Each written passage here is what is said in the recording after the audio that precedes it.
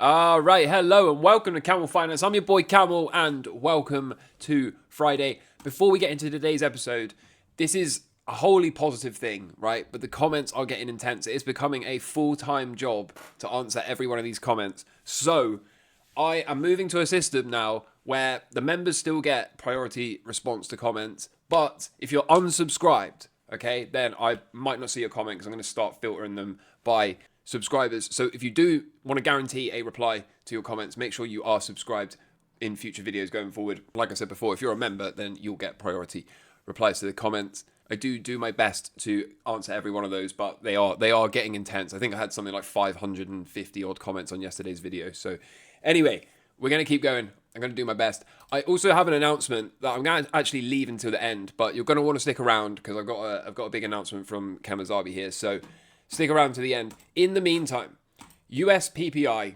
came out yesterday and it was at 0.2% versus the 0.6 in the last month and the 0.3 expected.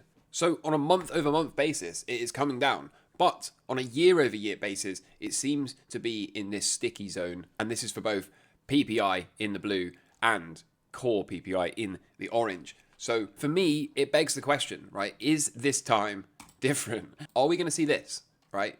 Or is something really, really fundamentally different this time around?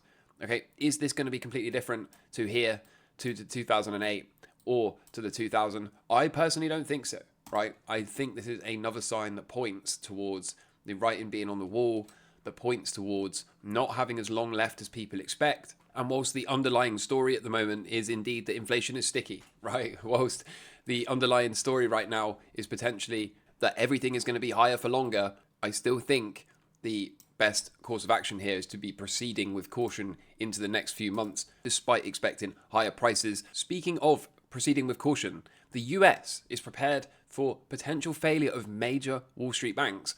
According to the FDIC, in case you don't know, is the Federal Deposit Insurance Corporation. These are the guys in charge of insuring the banks. So when they are issuing a warning of potential failure for a major Wall Street bank, this is not nothing. But I know what some of you would be thinking, well, don't worry, right? That's what insurance is for. But at least at the end of 2022, the FDIC's reserve ratio was just 1.27% of the total insured deposits. So the clown show goes on.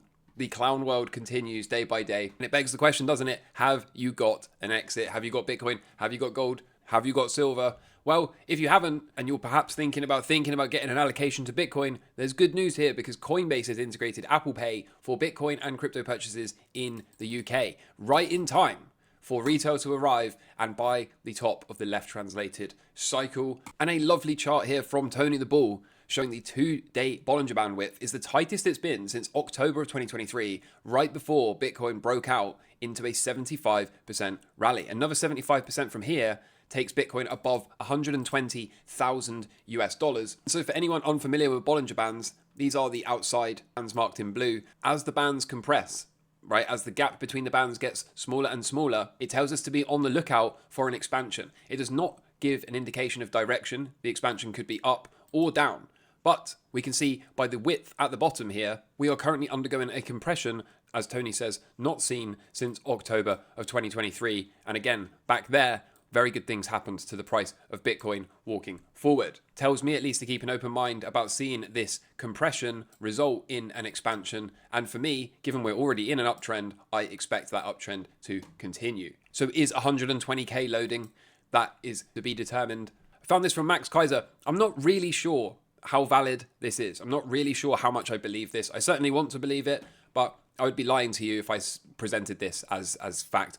This is speculation at best, I think, but still kind of interesting. He says he just got some new intel and Abu Dhabi is now the top contender.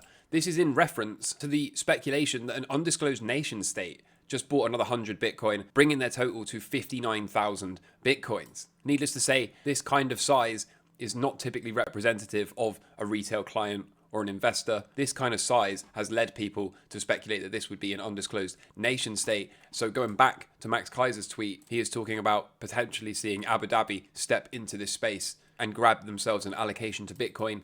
Big if true.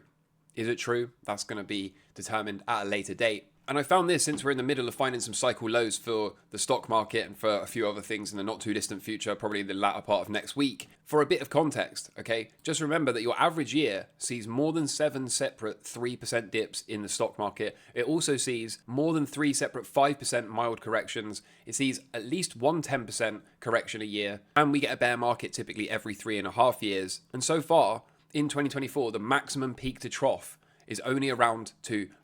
So if this was an ordinary year, it would tell us to keep an open mind about seeing a larger correction at some point in the not too distant future. However, as I've been saying over and over again, I think the reason we are seeing these dips become shallower and shallower is because we are entering the more vertical portion of the parabola of the blow off tops. And thus, I don't really expect to see any of this come to fruition. I expect to see us continue to climb, continue to go more and more insane until eventually that blow off top is violated to the downside, and that's where I think we blow through all of these in very, very quick succession. So I think it's been a couple of days since we looked at some charts. I've been busy doing other stuff, as you know, on the channel. In no particular order, here's the VNQ short.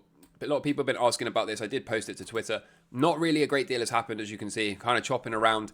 Is this going to be the start of what I thought would happen all along? Are we going to see something more like this play out, just a little bit shifted to the right? Maybe, maybe not. We're going to find out. I know some of you have been asking me to check in on XRP. It's been a little while, but here it is, right? XRP doing XRP things, which is essentially just chopping around sideways, wearing everyone out. But for now, it has broken out, retested, and looking to resume off of this giant wedge, if you want to call it a wedge. So long and strong, continue to push there. Nothing else to say about that, really. I had a member request to go over SMCI. So here it is. This is not a real trade. I think this was an example trade from way back. I think this is from the live stream, the last live stream we did. So I don't know what to think of this, right? Like, I mean, a great entry here, as I said in the live stream last time. And do I buy this? I mean, I don't think my cojones are that big, personally. Maybe you could, right? Maybe there's a thesis for a trade somewhere in this neighborhood if it can break out. But for me, you know, I'm not sure. I'm not sure. Not sure if I like the look of this personally. But so long as it's underneath the blue, then I would not want to be entertaining buying it. But if it can break out, then I guess, you know, you've got an area on the chart to manage the risk around at least. And to the member that asked me to cover VOW, I'm not really sure if you mean Volkswagen or some altcoin. So can you let me know? Let me know which one you meant. If it's the altcoin, I don't really want to cover it. But anyway, moving on. The dollar, look, it's doing dollar things, right? The dollar... This is like an absurd statement. But look, the dollar is ringing alarm bells, right? It wants to move higher. I know a bunch of people are saying, yeah, well, this is not really a function of dollar demand so much as all the other currencies dying faster relative to the basket. Yeah, you're probably right to some degree. But this is not nothing, in my humble opinion. This is not nothing, especially since I haven't got the cycle lows marked, right? But there's a daily cycle around here. There's a daily cycle here. About 25-ish days, 22, 25 days, there's one there. And then we've just left one behind here as well. So it's pretty early in the daily cycle. This altogether would be 1, 2, 3. It's probably another 1 or 2 to make up a weekly cycle. Tells me to keep an open mind about continuing to see this move higher for the DXY. And again, that's not nothing, right? That is not nothing in my humble opinion as per yesterday's video. Bitcoin still deciding whether or not it wants to break out of this downward sloping blue resistance line. If I move this fractal out of the way, It's also thinking about deciding whether or not it wants to respect the breakout or hold this upward sloping blue angle as support. So a bit of chop in the meantime. Maybe what we're going to get is another one of these consolidation cycles. Maybe that is still on the table. Well, I say maybe. It is still on the table, right? But again, if we start to push off in the not too distant future, maybe we find a half cycle low at the end of next week and then push off, then overall probably end up looking something a little bit more like this. Either way, as I was showing you with the Bollinger Bands compressing from Tony the Bull earlier, tells me to keep an open mind about this move being explosive. Just the direction has yet to be revealed. Other than that, gold is doing gold things on an absolute tear. This is a classic lockout move, right? You break out, you wear everyone down, you break out, and then you lock them all out. And yeah, we are going to get cycle low pullback at some point, like this yellow squiggle suggests. Something like this, perhaps. Maybe it comes from slightly higher up. The higher up we go, the more parabolic, the more violent that shakeout is expected to be. But I think that dip is for buying, moving stops up, as I've been saying over and over again. And if you're a level 3 member, we're probably going to be increasing exposure out of that cycle low as well, using other instruments. So look out for that in tomorrow's members video. The stock market has entered the timing window to see a cycle low. So my preferred look is that it happens later, early to late next week, and then we get a bounce. But undeniably, we're now in the timing window, right? Today will be day 36. So we look for 40 days, plus or minus 4 days. We're in that neighborhood now where we could be expecting to see a confirmed cycle low in the stock market. And as I was talking to the members about yesterday, we are going to be looking to get a long out of here today or tomorrow. Excuse me, not tomorrow, today or next week, depending on when that breakout occurs. I think we can clean this chart up. I don't think I need all these yellow squiggles here anymore.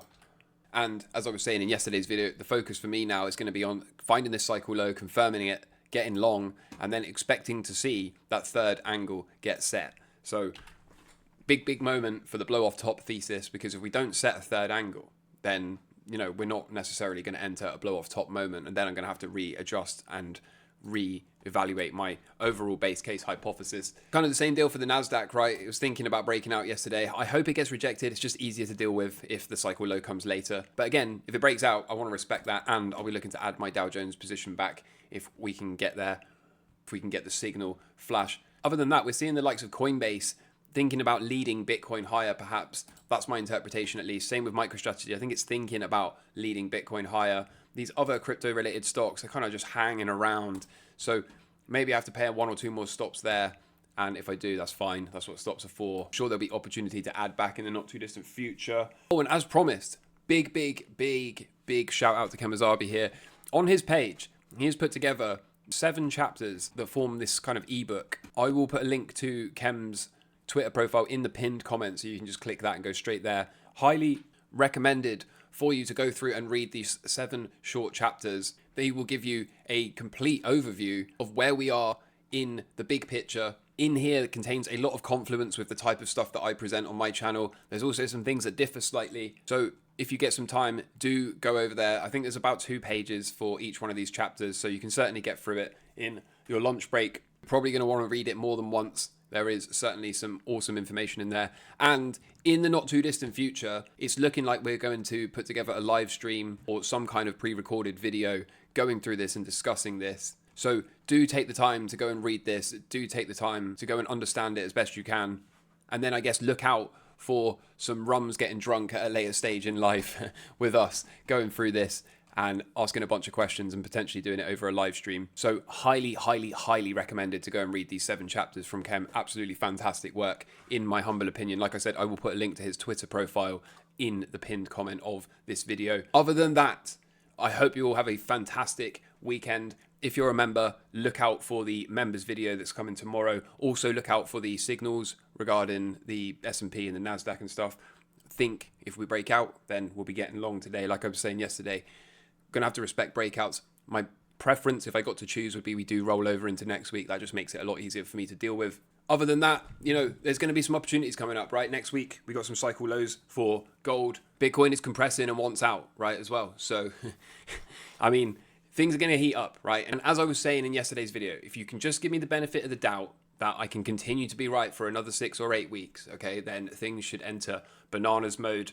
If I can continue to be right for another 8 weeks approximately, then this should be the most gains over the next 8 weeks for the stock market and for Bitcoin than this entire move off of the lows for each one of those respectively. we are going to find out if I am finally validated in bananas mode, or if we're going to have to be invalidated and then shift our stance as per yesterday's video as well. So, as I often say, what a wild time to be alive. And the only thing I am sure of is that we have seen nothing yet. This year is going to be even more wild than people can comprehend, myself included. All I know is it is going to be wild, and I'm going to love every single minute of it. Thank you to every single one of you for all the supports and the donations. Thank you for subscribing and all the lovely comments, and I wish you all the best in life. Until tomorrow, take care from me. Have a fantastic weekend. All the best. Cheers. Bye.